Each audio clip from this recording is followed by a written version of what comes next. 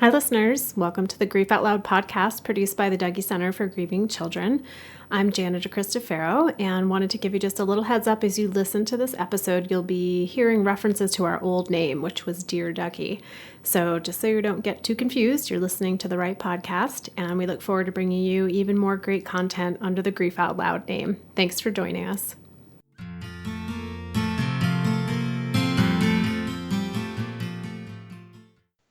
Hello, everyone, and welcome to another episode of the Dear Dougie podcast produced by the Dougie Center for Grieving Children in Portland, Oregon. I'm Janet Cristofaro. After over 30 years of listening to the stories of grieving children, teens, young adults, and adults in our grief support groups, we wanted to share what we've learned from them with the larger community. This podcast is a way to open up the often avoided conversation about grief. While we will all experience loss during our lives, when it does occur, most of us are left not knowing what to do, how to feel, or how to even talk about it. So whether you're grieving a loss or wanting to support someone who is, we're here to explore and talk about what matters to you the most in grief. So today I'm really excited. I'm joined by two special guests from all the way on the east coast of Baltimore. I'm joined by Eleanor and Litsa from whatsyourgrief.com. Hi, you guys. Hey. Hello. Thank you so much for joining us today. I invited Eleanor and Litsa to come join us on the podcast because they have an amazing website. If you haven't checked it out, please go do that. Maybe not right now while you're listening, but right afterwards. You're going to go to whatsyourgrief.com, right? .com, not .org? Yeah, .com. Okay.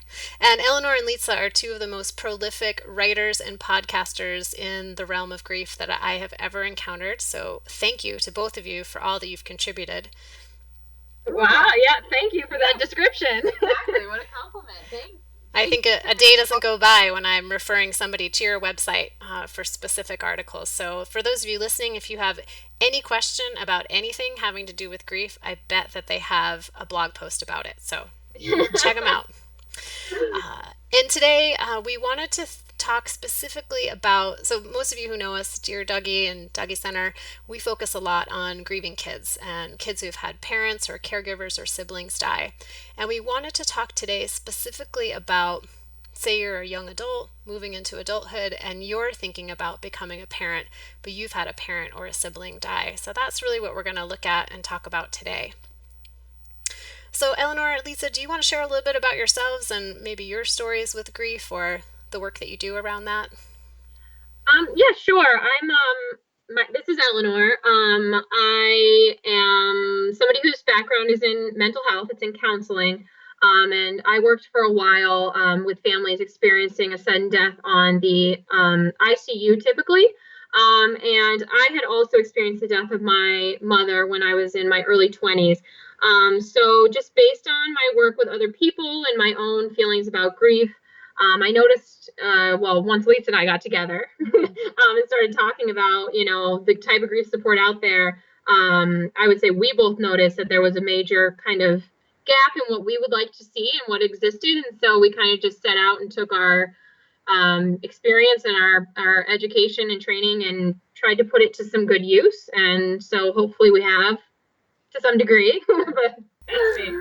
Great. Thanks. And Litsa, how about you? Sure. So my background is as a clinical social worker, and for me, the significant loss I had was losing my dad when I was 18. It was just after my freshman year in college, and it really certainly impacted me in a lot of ways, though I don't think I necessarily thought I would build a huge grief website or kind of get into the things that we've done at the time. But later, as I went into the world of social work and the work I was doing, I was really drawn to working with people who were also grieving. And as Eleanor described, we just both had, I think, unique experiences as younger grievers because some of the things that were out there just didn't quite fit with where we were in our lives when we were dealing with loss. So that was one thing I think we noted about the internet.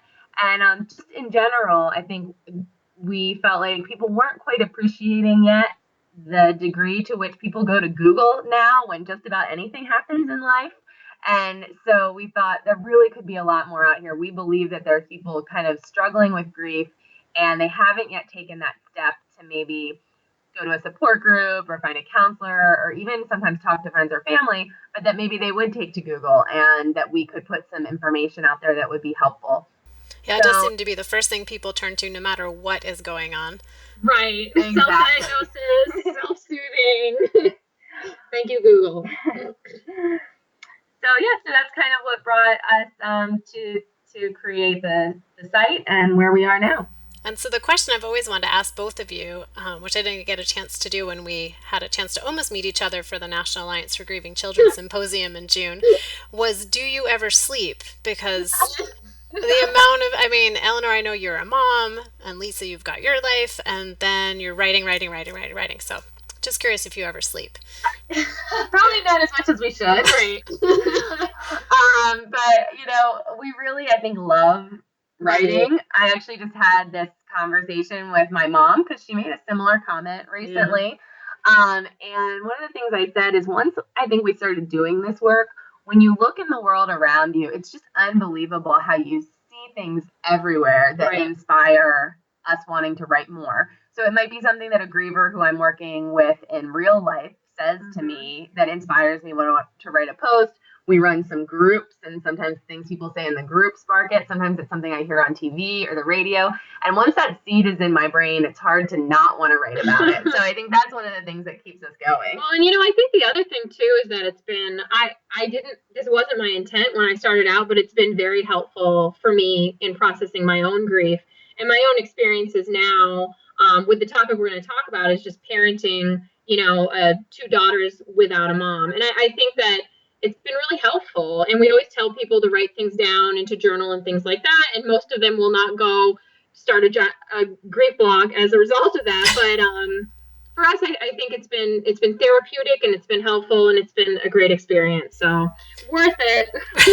And it seems it speaks to me of how fully immersive the grief experience is. We take our grief with us into every experience that we have in our lives, and there's going to be some element that can connect back to our story of loss. So thank you for taking those inspirations and putting them out to the world to help other people. It makes a huge difference. And, I'm thinking about that in that almost any book you read, any movie you watch, posters out in the world, there's so much about parenting, being a parent, having your first child. And I'm curious, for the people you've spoken with and the people you've worked with, what are some of the biggest things that come up for them when they're entering into the idea of, maybe I'm going to have a child, and what does that mean now that my mom or my dad or even my sibling has died? Gosh, I think it could be so different for each individual person, what that looks like. I think, I guess with this topic, it's hard for me not to speak from experience, because when my mom was sick with terminal cancer, I fast-tracked myself to getting pregnant, thinking, oh, well, she'll know or she'll be around. I still had that hope that she would be around. And so for me, it was like, I have to get pregnant immediately. This means something. And in many ways, it has meant something for helping me to stay connected to my mom.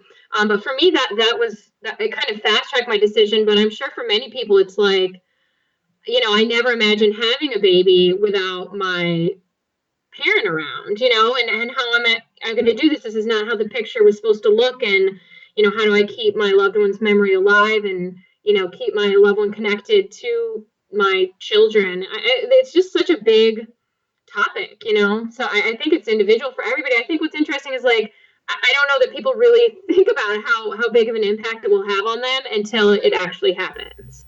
The grief piece or the becoming a parent piece? The significance of becoming a parent without your parent. I just don't think that people really realize how interconnected those two things are. Some people probably do, but I think a lot of people are probably very surprised to find that it does have such a big impact on you.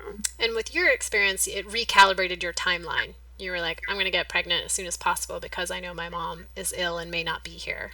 Yeah. There was probably a lot of things going on there, but it definitively did. And, somewhere in my world of denial, I thought she'd be around, for it. But in the end, the last real conversation I had with her was to tell her that I was pregnant, and that means a lot to me to know that she knew that. It was important to her to know that her children were at least on the path to whatever happiness they wanted in life.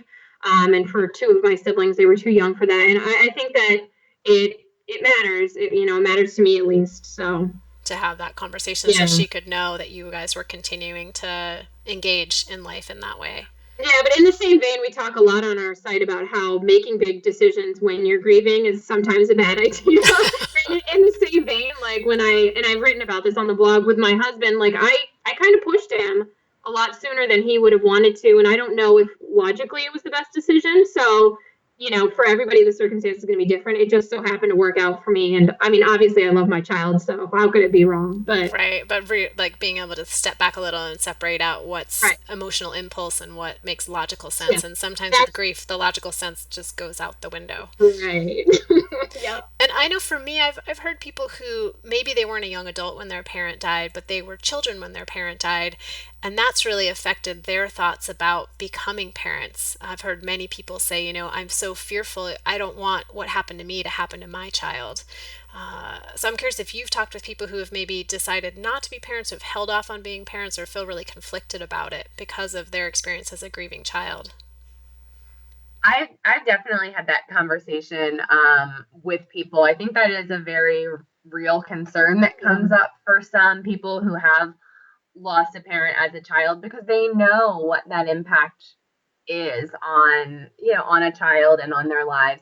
And I think part of that conversation for me has always looked like acknowledging that that's a normal thing to be sorting through. Like, we would expect that a child who lost a parent and then is considering parenting once they're an adult would be thinking about all of those different things and those implications.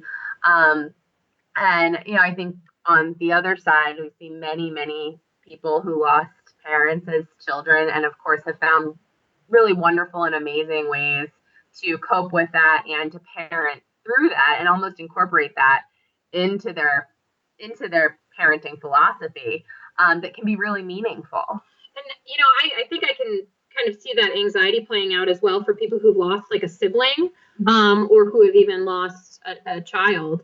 At any point, is that thought like things could go very wrong and like that pain is just too much, so it's such a risk to put myself through in case my child might become ill or sick. So I just think with death in general, if you've seen it, you know how fragile it all is, and so it's hard to feel secure in the wonderfulness of having a child, because things could go wrong, So. And it seems like too sometimes being able to open up to the possibility of, yes, because we know something could happen, because I've seen my sister die when she was 6, or my mom died when she was 32, because I know that can happen. I've also heard people say I cherish everything even more, and I'm more intentional in my life and my choices because of that. And so I want to become a parent because I want to pass on the legacy of my mom and what a great mom she was and what I learned from her to pass that on to another being. Yeah, absolutely. I really do think that that's how people's parenting philosophies can be inspired in a really powerful way by their grief and by their recognition that, it is all very fragile. One question I'm wondering about, because someone had asked me of doing another podcast topic, which maybe one day you guys will join me again to talk about, what's grief like when you had a complicated relationship with the person who died. And I'm just wondering, and maybe this might not be something you've come across, but I've heard quite a few people who hit young adulthood, they're already starting to maybe have some repair in the relationship with a parent if maybe there was some discord during their adolescence. And then the process of becoming a parent seems to open up a lot of avenues of connection, of understanding of how their parent was. And I'm curious if you've talked to people who have found ways to continue to have that even if the parent has died. I've never talked to, have you talked to anybody like that? I was just trying to think about that. In reflecting on it, I think it makes total sense. I think going into parenting, some people go in and say, well, I'm not going to make the same mistakes as my parent. Or some people go in and say, I have no freaking clue how to be a good parent because I didn't have a good model. And then this happened, and then I lost my parent. And I do think that in growing up, and being, I say growing up as though I'm not, like, I've just done that, but I'm 34. Continuing to mature and evolve. in becoming a parent, it's interesting because I think sometimes you grant your parent a little bit of grace because you understand how hard it is. You're like, now I finally get why my mom Right. did this or why my dad was like this. And I think in two ways, like I personally could see how that would impact your grief, and I have. Just one that you wish you could say, like, I get it now, and I'm sorry I was such trouble, and I appreciate you. And so if you have the opportunity to say that to your parent, go say it because you'll wish that you had. And the other way is something that I've totally forgotten. What else was I gonna say? It is actually really good, and I will tell you if I can remember what it is. Well, I think, in thinking about that, I do think that there are ways that if you're tuned into this as you become a parent, if you know that maybe your relationship with your parent, for whatever reason, was a little bit strained, I think being aware of how these revelations might come up and as a parent, you're so busy and you're so overwhelmed with parenting sometimes, but thinking about the positive things for you and the things related to your own grief where this might be helpful. This is something to me that it jumps out as like, this would be something very helpful to be consciously aware of. And if you're a journaler, to journal about or to write about, to really look at what have these distinctive moments been in my own parenting that have caused me to look back at this relationship with my parent in a different way. And yes, I can't have a conversation with my parent about that, but what can I do in a meaningful way that allows me to acknowledge that in ways that may be helpful for me in my own grief? That's actually, now I remember. It's what Lisa's saying is kind of about having that conversation is like, sometimes you wish you could go have that conversation now that you have the frame of mind that you do at the age you're at. There's a great article that I'll forward to you, Jana, to put on the notes page about the person writing it says to write letters to your family from the age that you're at so that when they get older at that age, they might be able to like reflect on it. It's an interesting, I'm not explaining it well, but it's interesting because I do think when you get to be a little bit older, you kind of get it and you wish you could have a conversation. Maybe it's not even that you can forgive your parent or excuse a behavior, but it's just to be able to say like what was going on with you or how like explain to me now that I have this framework what it was like for you, or like I kind of get it but here's my question to you. And it sucks because you can't go back and say like what was it like for you, or Right. I I have heard some understand. people who, because there is that inability to talk directly to the person, you can come up with kind of your idea of what they might say back to you. But some people have said they've actually gone and contacted friends of their parents, other relatives who maybe had conversations with them or had a close connection with them while the person was a baby, to be like, this is what your mom was thinking about when she became a mom. This is what your dad was thinking about when you became an adolescent because he had to come and talk with me because you gave him such a hard time or whatever it is. So that thinking about who else might have some insight. I think that it can be a very interesting thing to do. I always said I wanted to do it and I never did. And then this Mother's Day, my mom had an identical twin, and I reached out to her, not just about parenting, but just about her in general, and asked her, a couple of questions. And the stuff that she told me was, some of it I knew, but some of it was just so new to me. And it actually helped me put a whole new perspective on just the stuff that led up to my mother's death and how we all handled it and approached it. And it was extremely helpful for me to do. Sometimes I think it can take some courage to do, and sometimes it may just be a matter of having a conversation. But I think it's an interesting exercise for people who are grieving and want to know more about their loved one. Right, to put the puzzle a little bit more together for them. So I know that we are getting a little close on time, and I want to make sure we talk a bit about, the self-care, which is always hard, I think, sometimes for people to imagine what that looks like. And I'm thinking particularly as a parent of a young child, baby, might be totally off the radar. So you guys have any suggestions for young adults and adults who are newly parenting or who are pregnant and how they can best take care of themselves?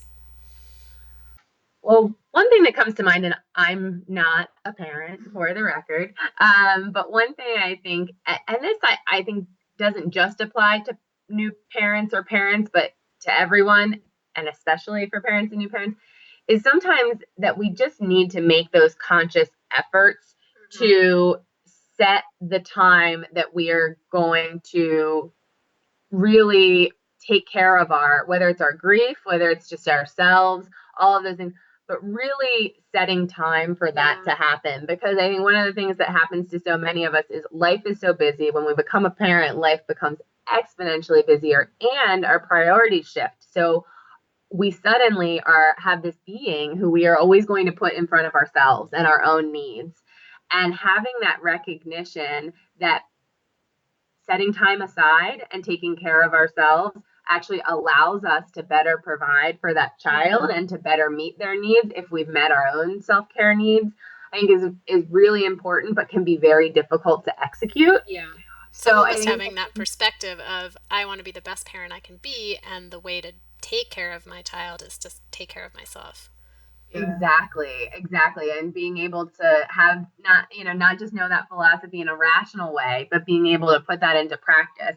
And so I think some of that is, if you have a partner who you're parenting with, communicating with your partner and really making a plan for how you will support each other in having that time that you need for certain things around self-care. And if you don't have a partner who you're parenting with, thinking about who else in your life might you be able to reach out to provide some of that support, logistical support, even childcare, things that you may need in order to take that time that you need to take care of yourself. Yeah, and particularly on specific days too, thinking ahead of, like, my mom's birthday is coming up, or the anniversary of my dad's death is coming up, and like a time to plan ahead and say, I'm going to need a little help on this day.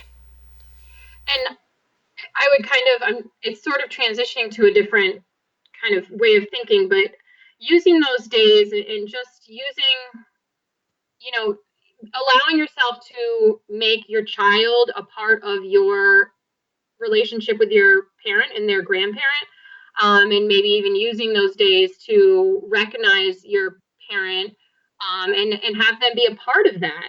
Not just taking your own space, but also finding ways to keep your loved one's memory alive in your whole family, even though maybe even your co-parent or the child may have never met that person.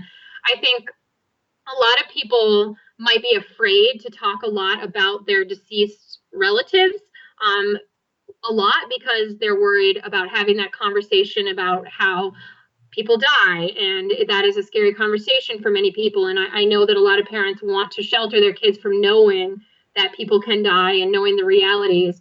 And gosh, I don't know if there's research on whether or not, it is good for anybody or bad for anybody to have these conversations with kids. But from the very beginning, I anecdotally have spoken to my children about my mother, and I personally feel like it's been great to have my mom be a part of their life in whatever way she can be. And for my kids to know how much I love my mother, despite the fact that she's not here. I know other people might not be comfortable doing that, but if you're somebody who wants to and has a slight reservation, I would say go for it. Are there specific things, Eleanor, that you've done to help your kids connect with your mom and who she was? I mean, to be honest, I haven't made a big deal of it, because she's just always with me. And that's just the fact of the matter. Her pictures are on the piano. I tell them when I'm sad about it. I don't make an unnecessary big deal about it, but it comes up, or I'll talk to them about it when something reminds me of my mom. And my kids ask me about her. My daughter, who's 5, does ask a lot about cancer and things like that. And I just provide age-appropriate explanations, and we move on. The prevailing belief is that, I loved my mom very much, and that, she would have loved them if she were here. So for me, it's been kind of small things. It hasn't been big things. But for other people, it may be the need to do bigger things. Mm-hmm. And for you, it's just been that day-to-day carrying her with you and making her a part of your lives together, the memory of her. There's a great book called The Disappearance, and it's written by a woman who lost 2 of her daughters, and then later had 2 more daughters. But so they never met their siblings because the daughters had died previously. And she discusses that topic a lot, and it's very interesting because she talks about how just in a day-to-day way, her older daughters who died were very much a part of the conversations of who their family is. And though they're not here, they're still part of family. And somewhere in the book, she references that if she doesn't mention her older daughters when someone asks how many kids she has or something like that, that her younger daughters actually speak up and say something about it, because she sort of made them so much a part of the family. So it's an interesting discussion, not just with grandparents or parents, but even with siblings. It may be a situation where, you've had a child afterwards and they can still have that connection to their sibling. I think sometimes there's fear and anxiety around that. And is that an okay thing to do?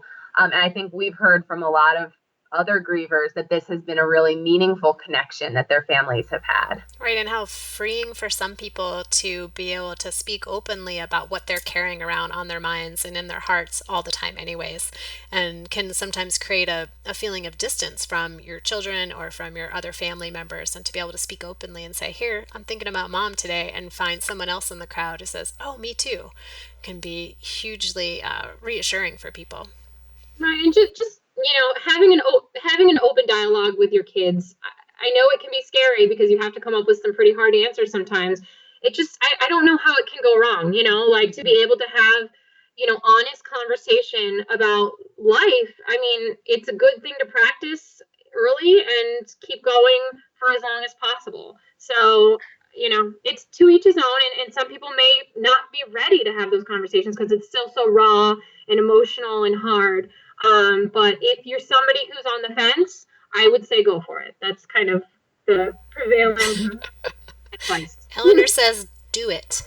And it reminded me that I think in the show notes I'll link to, I know we have an article and you may also have one too. If you have one, I'll link it to yours, of just some specific ways to talk to kids about the fact that somebody's died, because I think that can be the scariest part for people is what are the words that I use. So we'll put those in the show notes for sure. So Eleanor, Litsa, any last things you want to say as we come to the end of today's episode? I don't know. I think this is it's a good topic, and for anybody who's having, who's going through this situation, there are a lot of other people also in this situation. You're certainly not alone. And both the Dougy Center and What's Your Grief have a lot of great information about this stuff. So, we're here for you, and check us out because we have a lot of different topics. We cover this topic in a lot. I would say we especially cover this topic in a lot of different ways because I tend to do most of the gazing over the subject.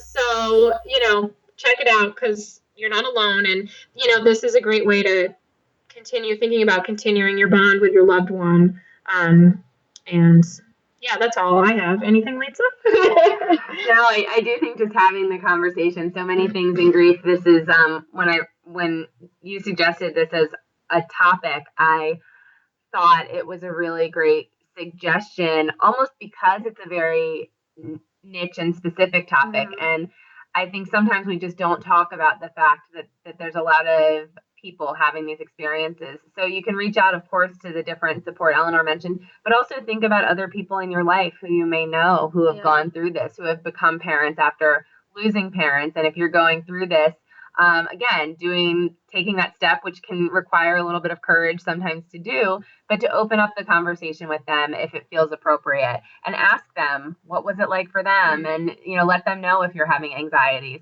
because many times we sort of suffer silently when we have other people in our support system that we could reach out to. So thinking about those people. I mean, not to keep going, but I do think that this is a time of life where people just go like full speed ahead, like I'm having a baby. Yay, we're going to do, all this stuff. I have to get ready. And there's so much going on. So just really utilize your resources and recognize that sometimes might be hard so you don't get totally caught off guard. And if you have siblings who've been through it or friends who can give you advice and help you through, lean on your resources. So that's such a great reminder that it's okay to not know what you're doing.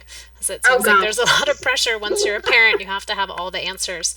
Right. And I just really appreciate both of you do so much advocacy for people to find support in informal ways. If there are support groups, we have a support group. Many other organizations around the country have support groups, and people find those to be really helpful. But advocating for yourself as a griever to say, who's in my support network? Who do I need? Who can I bring in? So thank you for all the work that you do with that.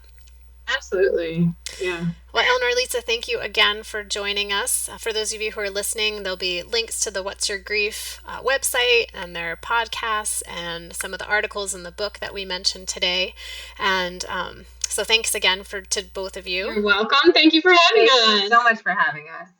And to everyone out there, thank you for listening. To learn more about the Dougy Center and to listen to past episodes of Dear Dougy, you can check us out at www.dougy.org, and you can also find us on Facebook and Twitter. We'd love to be talking about what matters the most to you, so if you have any suggestions or ideas or questions, you can send them our way at help@dougy.org, and just throw podcast somewhere there in the subject line so we can find you. So join us again next time for another episode of the Dear Dougy podcast. Thanks for listening.